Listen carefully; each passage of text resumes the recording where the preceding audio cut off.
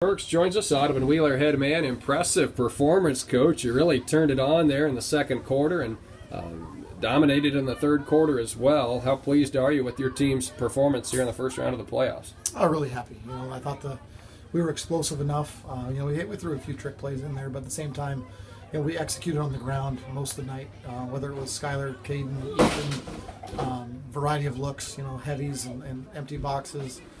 The option game, the trap game. We had a lot of positives tonight in the run game, and that's saying something because the Gunderson kid linebacker and the Abdullah kid at nose 44 is an absolute man-child.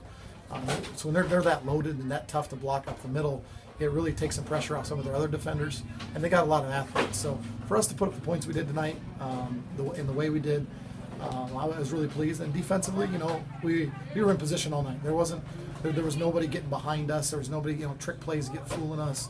They weren't hammering it down our throat. I thought we took the run game away pretty well, forced them to be pretty one-dimensional, and then we dropped to our zones and forced the quarterback to try to make some tough throws. And occasionally they made plays. 13, Einen kid, what are you going to do? And he's 6'3", and he goes and makes plays at times. You move on to the next play. And I thought our guys did a really good job, responding to that, bend but don't break a little bit at times, and just keep executing play after play.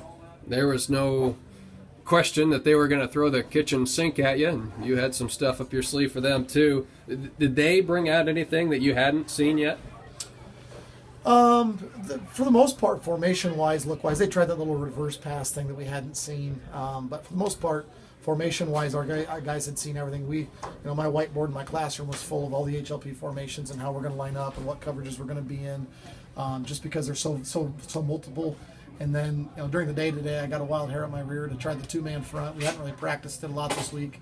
Our guys are so intelligent. We walk through it. I hand off a couple pieces of paper to my guys in study hall. Give it to the Clucks. What do you think? Yep, we like it. Hey, we'll go talk. By the time I found other kids, fifth period, the Clucks already found us. They told us. They showed us. We just got to hunt down a couple more guys. By the time I walked through it in the locker room at 5 o'clock, they all knew what we were doing. They were all on the same page. We walked through it in person about 5:30 out in the parking lot, just our pregame stuff that we walked through, and flawless job by the guys. We threw some blitzes out of there tonight. We brought a couple guys off the edge that, we hadn't practiced it much. We ran a little bit against Glidden, but just it's impressive with how smart our kids are. Is that a byproduct of kind of getting the program established? Is this just a special group of kids that happens to have a real football sense, or what? Some of each, for sure. I think it's been the same verbiage, since they've been freshmen. A lot of it's since junior high. So they know that, and then just we're really blessed to have really smart kids, really athletic kids that think sports. That watch sports. They understand the concepts, most of them, and the ones that are really good at it are willing to go help each other.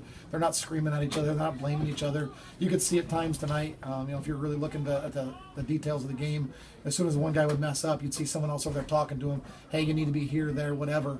Caden missed practice yesterday. He was sicker than a dog still today a little bit. So, you could see Ethan talking to Caden about where he needed to be. Just really impressed with the maturity of our guys to be able to handle that. It's nice that our program's been established for 7-8 years, whatever it's been. That I've had the same terminology. We've had a lot of the same staff, coaching staff.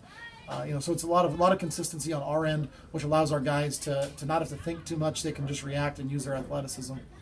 Hadn't really asked you all yet about the, payback, revenge factor of going up to their place a few years ago. I don't know if that really applies because it's different personnel, but gosh, what a difference and a feeling it goes from, making a long, quiet trip back from Harris Lake Park a few years ago to this has to feel good winning at your place tonight. Yeah, I don't know if it's as much revenge for the guys as it is for me, and it's nothing personal with Coach Gunderson. It's just that hollow feeling that night that, we felt like we had the better team. We felt like we just came up short on a bunch of trick plays.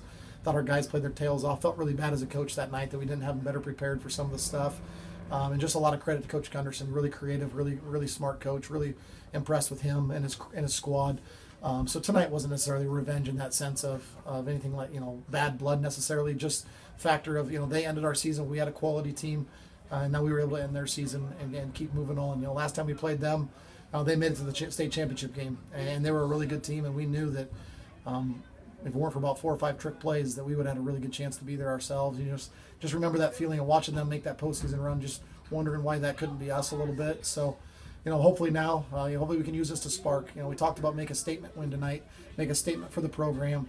You have that target on our back every week with that number 1 ranking now.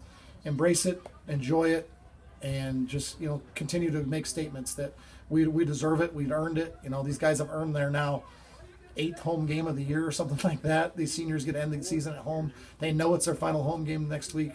I expect a fired up bunch. It should be a fun crowd. It should be a fun environment next week. Yeah, and Cam's the foe. You guys have played, last 2 games you've split, both real tight games. This ought to be a heck of a lot of fun next Friday night against the Cougars. Yeah, Coach Wollum and his staff do a great job. And their athletes are, similar to ours, where they're multi-sport kids. They're really intelligent. They know the game plan. They're in the weight room. They're strong. They know they're not going to beat themselves. Last Friday was a little bit of a fluke with as many turnovers as there were.